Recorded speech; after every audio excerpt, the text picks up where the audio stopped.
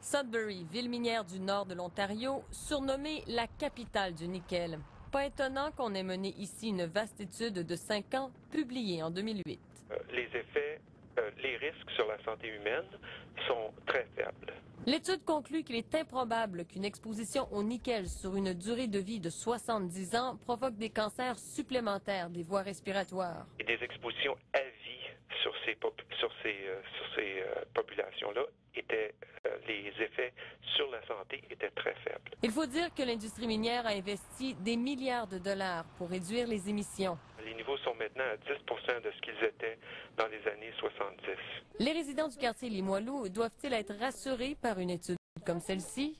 Nous, quand on regarde nos chiffres, on se compare à peu près à Sudbury il y a environ 15 ans. Fait que oui, c'est très troublant de se rendre compte que Sudbury, comme vous dites, qui est comme la capitale dans l'imagerie du nickel, est aujourd'hui beaucoup plus faible en matière d'émissions que Québec. Dans Limoilou, comme à Sudbury, la qualité de l'air est surveillée grâce à des systèmes d'échantillonnage, comme celui-ci installé en 1994 sur la rue des Sables. On prend aussi une fois ou 6 jours, on vient, on met un filtre et là on aspire de l'air pendant une période de 24 heures. Ensuite on reprend le filtre et on fait analyser tout ça et c'est là qu'on voit pas juste la grosseur mais la composition des particules. Et c'est l'analyse de ces données qui seront déterminantes pour en arriver à des conclusions. On est en train de corréler la direction des vents avec l'augmentation, donc je pense qu'on a aussi tout en main pour déterminer la source. En attendant d'émettre son rapport, la direction de la santé publique multiplie les rencontres. Il y a eu d'abord une rencontre avec les citoyens de Limoilou la semaine dernière, puis la création d'un comité intersectoriel. Autour de la même table, on a réuni le Port de Québec, Arrimage Québec, le ministère de l'Environnement et la Ville de Québec.